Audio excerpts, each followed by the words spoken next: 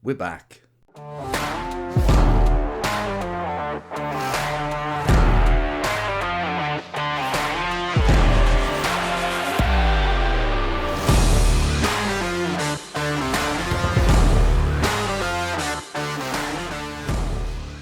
Hello everybody, it's Enzo with the Race Driver Coach Show with episode 1 of season 5, and I love the start of seasons. Now, as you know, I was gonna put out a video which was going to be live. It was going to be a Zoom call between me and a few drivers. I got the drivers lined up and everything, but then I had a second thought. I thought to myself, well, this show is all about answering the problems of people, of drivers that are really trying to get the best out of themselves or trying to forge a career, trying to win a championship, getting the cutting edge answers to the problems and challenges that they face.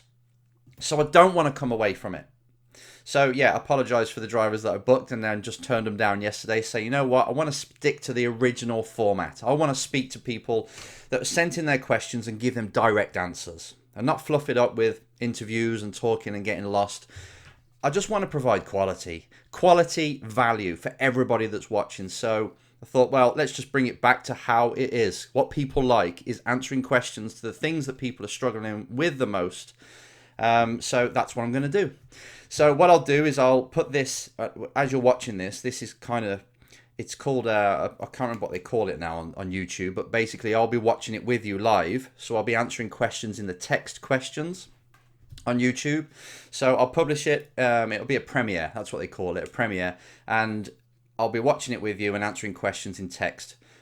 There's another issue as well, is that my internet's gone slow. For some reason, the internet's gone slow and it's not allowing me to trust doing things live. So that's another reason. But really, it's just the original format.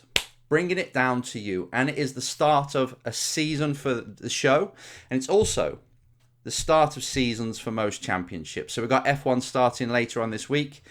We've got F2, which I'll be with the driver in F2, so I'll be at the Bahrain weekend. We've got takeoff tomorrow. There's DTM. We've got drivers starting in that soon. We've got drivers in F4. So all these seasons are starting really soon. It's getting exciting. And your season might be. If you're a driver, then having a season start, it can be quite an epic moment because you've got a lot of pressure. It's time for you to show. It's, you've got sponsors that need to be catered for, and you're thinking of them at the same time as you're starting this. You've got a new team, you've got teammates that you're not sure about. There's so much going on when you start a new season, and you've got your expectations of what you want to do on track, your results. You want to do it this time. So just first of all, before I answer questions, I want to give you some advice of how to start a season. Now, you start a season obviously thinking about the championship, but really what I've noticed works best is if you just approach that race weekend with an absolute focus that you're going to execute free practice. And that's it. Put all your effort and your concentration on getting the driving completely the best it can be, the car the best it can be, the positioning on the track so you're really getting used to how to qualify, and make sure your mindset is there as if you're in qualifying in free practice. So if you want to start the season well, start the session that you're starting the absolute weekend with, the actual weekend with. And you nail that. You put all your emphasis, you prepare well for that session. Maybe you've got more than one free practice. Brilliant if you have. But let's just say you've got one. That's where you're going to execute. And then that sets up the rest of the weekend. And it kind of sets up the rest of the season. If you start ticking boxes of all the main important things, race starts, all these things you really need to nail, you tell the team the most specific things that you as a driver want to execute in that session, just to give you confidence for when you go to qualifying, you're not trying things out driving-wise. This happens a lot. High-end championships, people do free practice and they use it as sort of like just to get in the flow again. No. It's time to execute at a race weekend. No more trying too much and thinking, right, I want to work on my braking. No. This is when you shine. This is your finished article. You're just getting ready for qualifying. And just keep it really narrow. So no expectations of what results you want, because you don't know where you'll be. You don't know where the team will be or you'll be. So you just focus on that session alone. bit of a tip there. And then if you do that well, qualifying will be easier because you're not trying things in qualifying, and then you'll be in a good position to have a good race weekend. So think about the very basic things of free practice. Now, if you're into a different kind of season, say if you haven't managed to get the money together to race again, your season has just started. You probably had plans to do this, to race in 2021. You didn't get the money together. And again, once again, you're at home watching other people race. Yet you failed to get the sponsorship to race. Sounds hard, doesn't it? But that's reality. You tried different things. It didn't work. So temporarily you failed. Don't feel bad about it because your season's just about to start as well. Your 2022 season is starting right now. You've got to use what's happened in the past 3 months of you trying to get sponsorship. Take a look at that, monitor it, review it, tear it apart and see what wasn't working and what was. Did I not approach enough people? Did I offer companies things that weren't really of value to them? They were just of value to me. So I weren't listening to their needs. What can I do to the way I've been looking for sponsorship in order to get sponsorship in place for the next 12 months? In 12 months' time. This is your sponsorship season. And I'm going to do a episode, probably episode 3 or 4, on something called piggybacking. That's getting sponsorship through people that are racing already, high profile. So look out for that episode, because if you're in a season now of getting sponsorship for the rest of this season, maybe you'll do a few races this year, but really you're thinking 2022, I'm going to make sure I'm on that grid. That episode would be good for you. So episode 3 or 4, I haven't decided yet. You'll see it. So it'll be in a few Mondays' time. This time Monday, probably in 2 or 3 Mondays. So this is your season now to take it seriously. You are a racing entrepreneur. The only reason you're not racing is because you're not born into a rich family. I know that. I feel that. It hurts. But really, that's just what you're given. That's the card you're dealt with, right? And you're not in the right country, maybe. There's not much motorsport. That's just what you're dealt with. Now we have to come up with a solution. We've got 12 hard-working, grafting months to figure this out, because there are people from your country that are racing that didn't have the money. So it's happened. People have made it happen, and so can you. This is time for you to knuckle down. 2021 is going to be a chaotic year again with COVID, but you have got a very big goal in your head of being on that grid if you haven't managed to get the money together. I feel your pain, remember. I'm not patronizing you. I just want you to start to make this happen now and become a business person. Go to business school. Start to learn how to sell. Start to see what companies want after COVID. Post-COVID, what is it they want, and can I provide them that? Even if it's not through motorsport, can I provide them with clients or a way of marketing through sport? And I'll just make a living that way and spend that on racing. Start to open up your mind.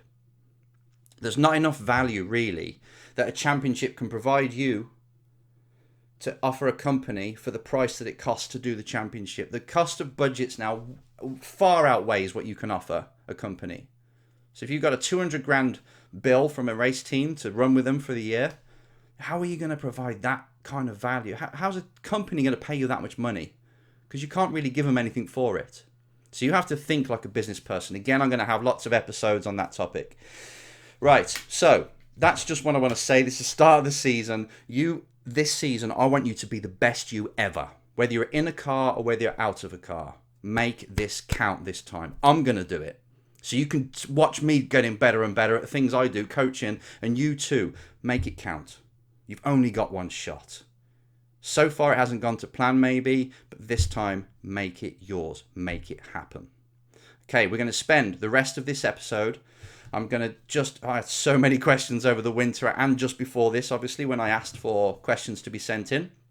And I've got 3 I've taken 6 basically. I've got 3 that are on either personal performance or career kind of advice, and 3 that are on sponsorship specifically. I'll do the performance and the career advice first, M3, and then followed by the sponsorship one. So that's how I'll do it. Just 6 main questions that I picked from the big list over winter, and I want to answer them here. And then we'll answer all the other questions throughout the seasons, obviously the ones that really stand out and I can see that people want. So if I miss your questions, I really apologise, but there's over 100 and I'll pick 6. So there's going to be a lot of you out there like, Enz, where's my question? Where's my answers?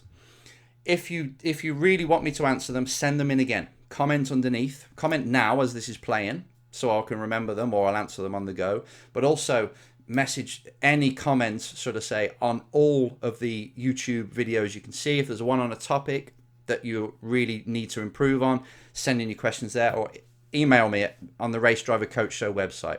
Plenty of ways to get in touch with me. You can Instagram me, for God's sake, anything. So yeah, I'm sorry to everybody who I've missed out, but these are the 6 questions. Question number 1 is from Pepe. Is how do you handle pressure when leading a race? Great question, and a popular one. What you find, right? You spend up most of your time in racing not in the lead. You're chasing all the time. You're chasing the car in front. You see how much you're off. You're 0.4 of a second off. Right, I've got to find it. But then something happens when you find yourself in the lead of a race. You feel like you're being chased. No longer you chasing and striving to go forward. Now your thoughts, or a lot of them, can be behind. If you see my videos and you can remember me telling you probably when the first time I got into the lead, it was my second year of racing, Formula Ford. I got into the lead of a little track called Liddon Hill in the south of England. I got into the lead of my teammate actually, and I completely went blank. It was like, what the hell am I going to do now? And my driving for 1 or 2 laps just went to toffee. It was terrible. I couldn't even hit the apexes. And he said, actually, afterwards, I thought I could see you were struggling and I could have gone for it. But then by the time I started to plan or get my assault ready for you, sorry, I have to keep reaching over because my computer's a bit funny. You'd already sorted your head out and then you were gone. But it was that time I first got into the lead and it was like, oh, this is different. I've got no one to chase. And it can be scary. Or I've had drivers saying, right, I'm okay leading the race until it gets to the last lap. And then I start to tense up, start to look in my mirror, and they're catching me up and they get me. They catch me. And it's a common thing. But I just want to return the question to everybody out there is who struggles with this. What do you think the difference is? Processing-wise, in your mind. When you're chasing compared to when you're being chased, if you want to look at it that way, which is the wrong way to look at it, but it is what we think. One of the big things is where your focus is and your thoughts. If you have 100% of your focus on the driving ahead, what am I doing right now and what have I got to tell the brain to focus on next? And on a quali lap, all you're thinking about is, right, braking point is around about the start of the curb. As soon as I've hit the brakes and I know what shape I've got to do on the brakes, I've got to hit it hard and then ease off the normal brake shape, right? And then as soon as I've hit the brake and go down the gears, I'm looking to the corner. I'm thinking about that apex is really important. I've got to get it in and hook the actual curb and then get on that power as soon as I can. And not gently. I've got to rotate the car first and go. Once you've done that, you go to the next corner. And this is the kind of mental process or where you're focusing. So you're in it. You're not thinking about other things and looking in the mirrors. And you're driving well. You're starting to execute on your best. Until you start to chase the lap time and then you start to brake too late and then you lose the exits and things like this. But when you're in the moment, in the mode that you want to be in the flow, you're just telling the brain exactly what to do now and next. Fine. But when you get into the lead, you start to look in the mirror. You start to say, that person coming must have a better car. They're not better than me. So you start to attach your identity to the position and you get protective. Your mind goes into defense. Anybody who is in a defense mind trying to win a race will fail. I promise you. You'll go backwards. The very thing that got you there in the first place of attack, go forward, tell the brain what to do. What's that car doing in front? Where's their weakness? That has gone. That attack mode, that offense has gone. And now you're in defense. And you start to look in your mirrors and tense up and make mistakes that you just don't need to. That's all it is. So when you're in the lead, and I want you to practice this, and you might not get it right the first time, practice it on the sim.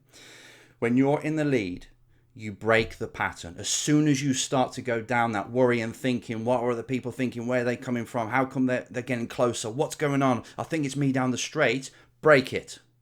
Stop yourself from going down there. Relax everything. Focus and get yourself back into qualifying mode of what have I got to do at this next corner. You've got to keep that brain, that mind, that focus in line. You've got to tell it what to do very consciously and very determined. And then it will listen. It will adhere to your commands. But as soon as you leak that energy, so you got all that energy going forwards, energy being focus, where the focus goes, the energy flows, and then emotions come from it. But if it's in there, it's good. As soon as you start to leak energy, focus to different parts, to what people are thinking, to the mirror, all this, then you've only got 30% driving the car anymore, going forward. That's what you got to bring back. Smile, laugh when you're in the car. Break the thought pattern, get it back in line. This is going to take discipline. Again, it's like having a dog that misbehaves and you have to check the lead every time it misbehaves. You do that for your mind. And I want you to do this not just when you're leading a race. I want you to do this in life. I don't really feel like putting the work in today. Check it. I don't really want to talk to that person because they might reject me, and how will I feel about myself, or will I be embarrassed? Check it. Always keep yourself in line. This discipline, mental discipline, will serve you. Being in a lead of a race and you don't really feel like you deserve to be there, or you think other people are better, or you're worrying about worst case scenario, that's what puts you back. It takes your energy backwards and puts you in defense. You've got to like own being in the lead. It's part of your identity to be in the lead. You determine to say, I belong here. This is my ground. And if you want to fight me for it, you better give everything. But I'm so focused on getting the hell out of here. I'm in qualifying mode. And that's what people do when they start in pole position. The good drivers, what they do is they just focus on 2 qualifying laps, bang, bang, bang, bang, bang, bang, at the start of the race, the very start, head down, boom, boom, boom, picking off all their apexes, being perfect. Then they look in the mirror 2 laps later to see where everyone is. Quite often, they're gone, the other people. They're too busy scrapping over second. But if you're a nervous driver and being in the lead and you start to go on defense right from the start and start to clam up and you start to tense up and then you're looking behind, they're going to stay with you. And they can smell that you're not there. Your lack of confidence will increase their confidence. They can see you making mistakes. You're making them feel stronger. Start to get the toe on you. That's it. They're through. You can't do that. Focus forward. Question number 2 from Alif is, how do you convince your parents to let you race? Oh man, this is a big one. Going back to myself, my dad said, no, you're not racing. There's just no point. So I did. So it sort of motivated me even more. Right then, I must do it now. It's just objection and people not believing in you. That fires me up. And I know it does for a lot of people listen to this as well. So one, yeah, it can be used as fuel. So you don't need to convince them. You just got to get off your own backside and do it yourself. Get the money in yourself. Go and get the license yourself. One step at a time, anything's achievable. So you can go that route. Or a more diplomatic way of doing this is you sit your parents down. You say, I understand. I know exactly why you don't want me to go racing, because it is dangerous. You don't have to say this bit to them. It is dangerous. It's not the normal path of life. The chances of success is like less than 1%.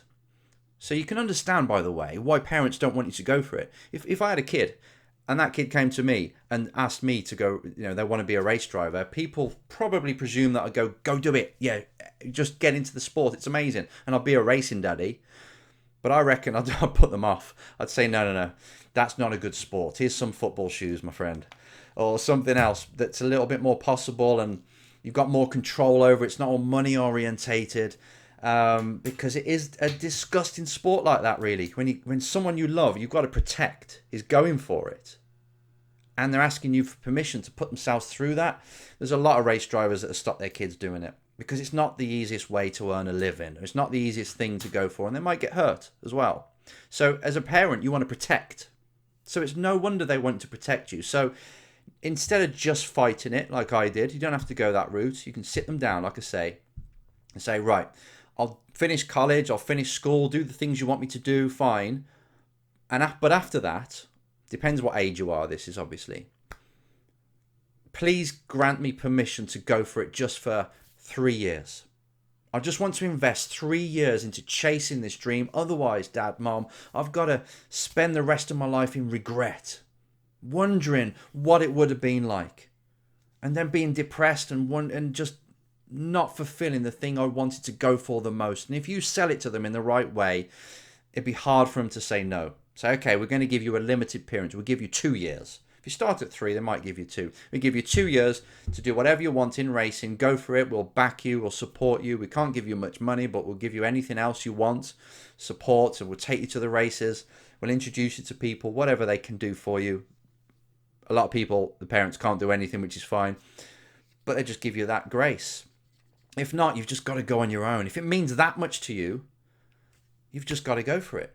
It's not about your parents. You haven't got to convince parents. You've got to convince sponsors to give you the money to race. You've got to convince race teams to give you the seat if they're in a position where they can choose the drivers. Most teams will take you if you've got the money. But so you've got a lot more people to convince to get onto that grid rather than the parents. If you're at a young age, which I'm presuming you are, that's why you asked the question, then do what they want for a little bit of time, the education side of it, so at least you're not screwing that up. You're not ignoring that unless you can come back to it. And then just get your time. So they say, right, 2023 onwards, you can go full flat out towards it. But then after that, they'll treat it like a gap year or a few gap years, right? Come back if it's not worked and then you get back to work, son. Fine. At least you know that. And you can spend time getting your skills ready, starting to make sponsor contacts or learning how to not get sponsorship and how to get sponsorship in the year or 2 running up to that. So you're hitting the ground running when it does get to that time when you can shine and go for it. So that's it. You either go for it and ignore them anyway, or you do a deal with them. Question number 3. Question number 3 is from Portside, and he asked, how do I stand out in racing?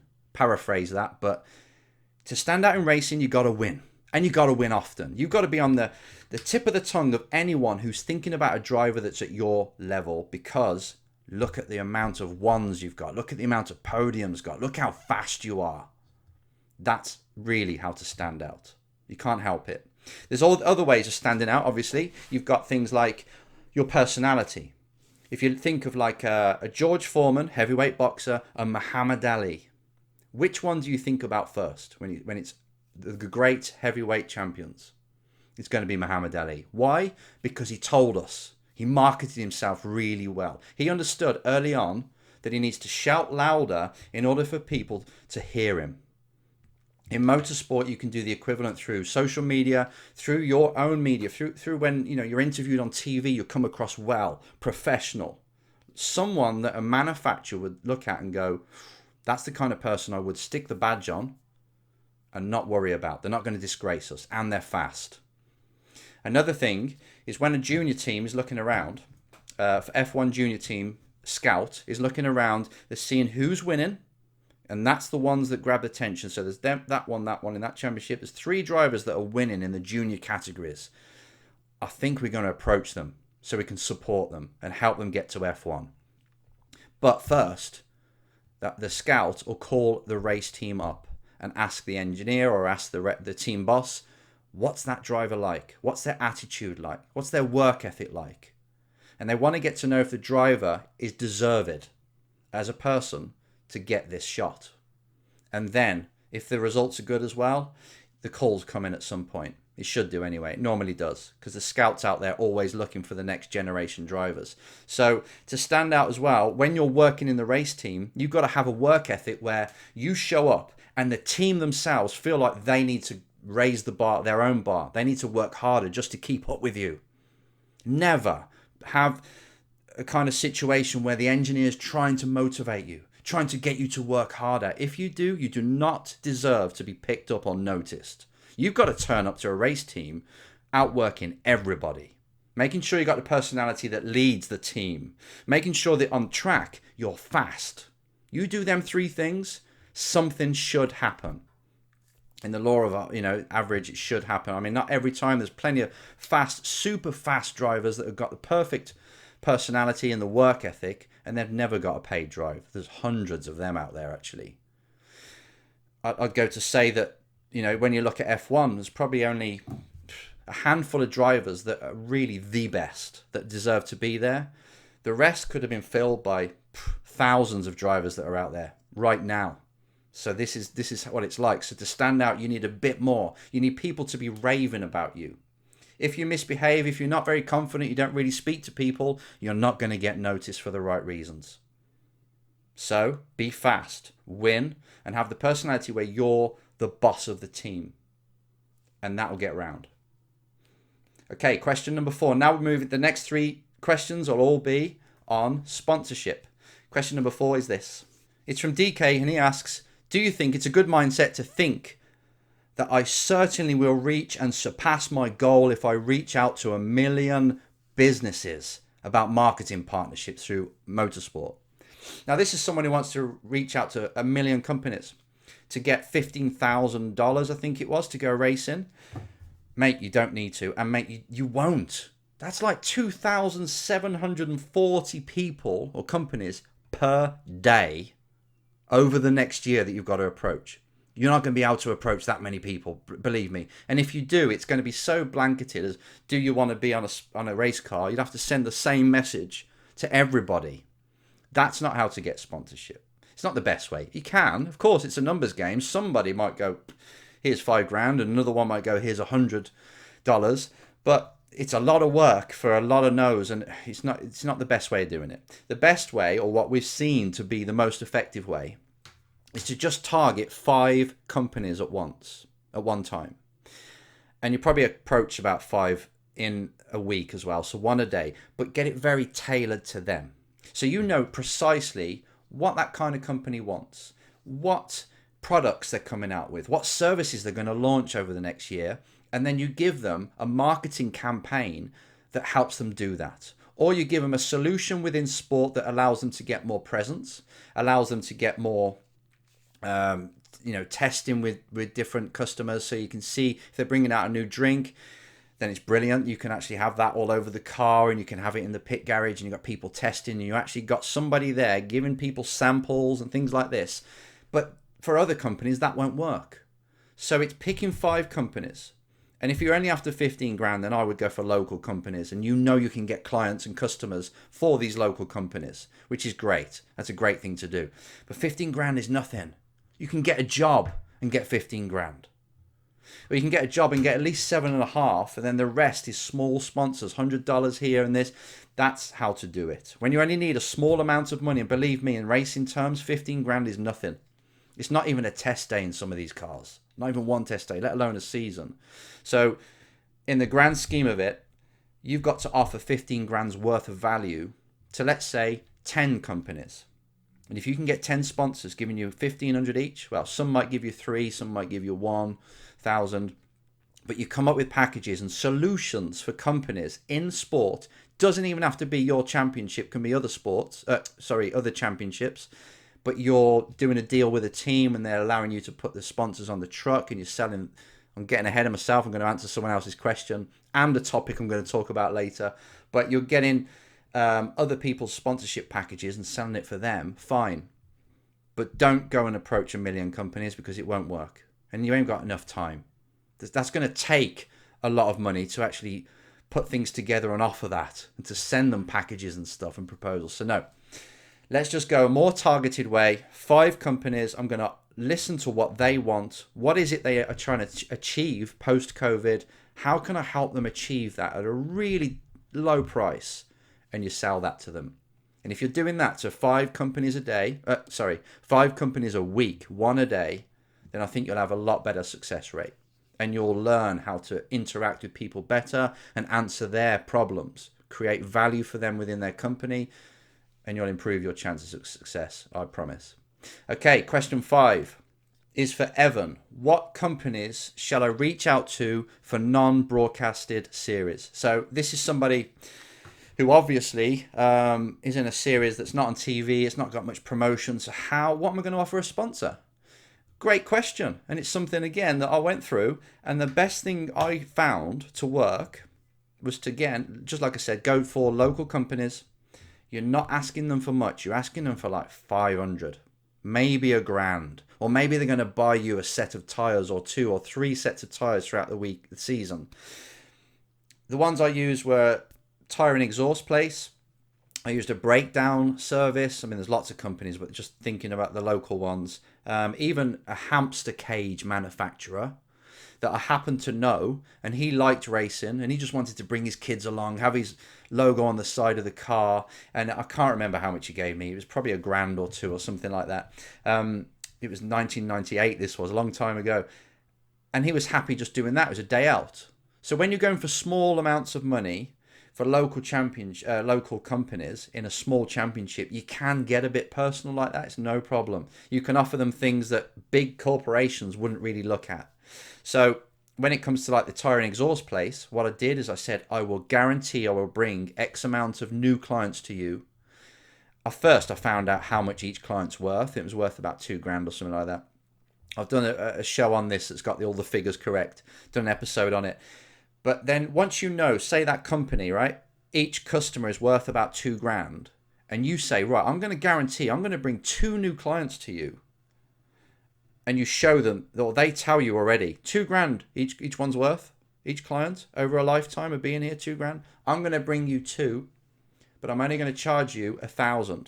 So you're going to pay me $1,000, but I'm going to practically give you $4,000. Does that make sense? Because each customer's worth 2. I'm going to bring you at least 2. All you have to do is pay for $1,000 for this marketing campaign, and it's guaranteed, or your money back. Oh, that's risky. It's risky, but it's what I said. You give me this money. If I don't bring this many clients, I'll give you your money back. How hard did that make me work? I kind of cheated in a way because I got my family to go there, my friends to get their tires from there. So they were inundated with new clients and new customers coming to the tire and exhaust place. But it worked. And then I had them for years after that. And I got them in the local press. That's another thing. You've got local press, local Facebook. You've even got the Twitter, the Twitter, I was going to say, of the championship they put out there. Make sure the championship show your car now and then with the sponsor. Just ask them. Add all of the social media that the championship have got, if they've got any, with your social media and any other social media where it's broadcast about the championship. Add them all together and you get a nice figure then to say, look, this is how much, how many eyeballs people are going to, how many people see it, how many followers that watch this through social media. So it doesn't have to be broadcasted very well. You can make your own. You can blog it. You know, you can take a camera and you can do your own documentary of you racing and build up people watching that way. There's plenty of ways you can do it. But also, don't make it just about your racing for sponsorship. Maybe there's other things you can do and piggyback in again, which I'm going to mention in episode 3 or 4, which will be great for you. Keep an eye out for that. That talks to your problems. Okay, the last question is from David, and he asked a lot of questions, but the one I picked for today was, what are the key skill sets for success in the business realm? So this is talking about, as a driver, what skills do you need on the business side? Which is a great question.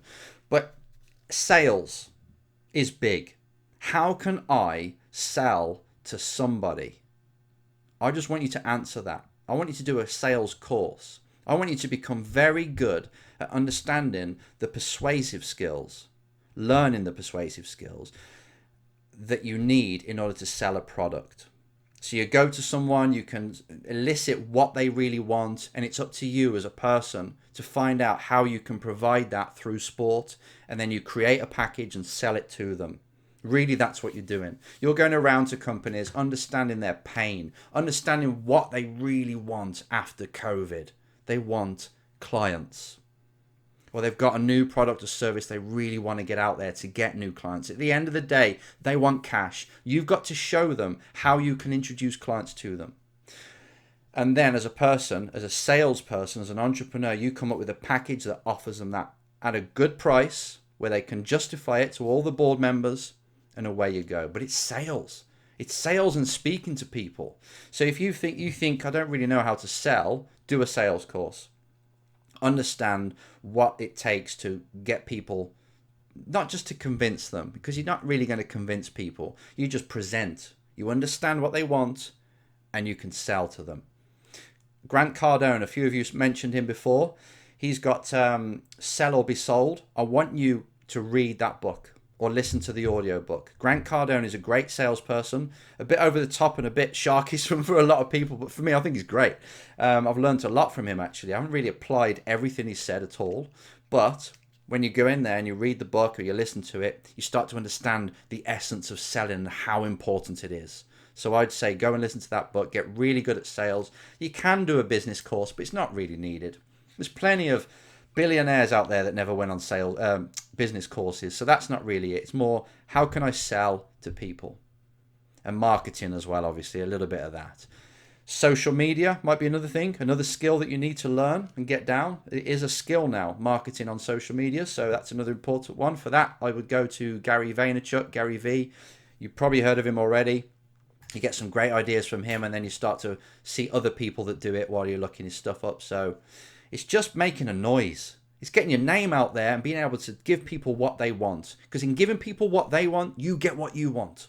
That's selling as well. You've got to really provide. Okay, so that's the 6 questions. I haven't really rushed through them. It's been a long episode, but I really am excited about this season. I've got the first few episodes all listed out. I know exactly what I'm going to talk about. Mostly Mondays, kind of this time I'll put them out. Especially the next 3 or 4, definitely Monday, 6 o'clock English time, UK time, and the clocks go forward, by the way, later this week, so that'll mess things up. But yeah, this is great. Keep your questions coming in. It's a pleasure being back to serve you. I'm going to be on the road for most of the year, and when I am back, I'm in isolation. So don't think I'm out of isolation for the whole of the year until like October. So I've got plenty of time to come back and make videos. But yeah, I'll be on the road with DTM drivers, F4 drivers, and F2 driver. So it's going to be busy, but I'll get them in. So some of these videos might just be the phone while I'm on the go. So it doesn't matter. As long as the content's good, I know you'll enjoy it, and I'll keep providing value. So keep the questions coming in. Subscribe if you want to get, obviously, a notification when the next video's out. And thank you for watching or listening, and I'll see you soon. Bye for now.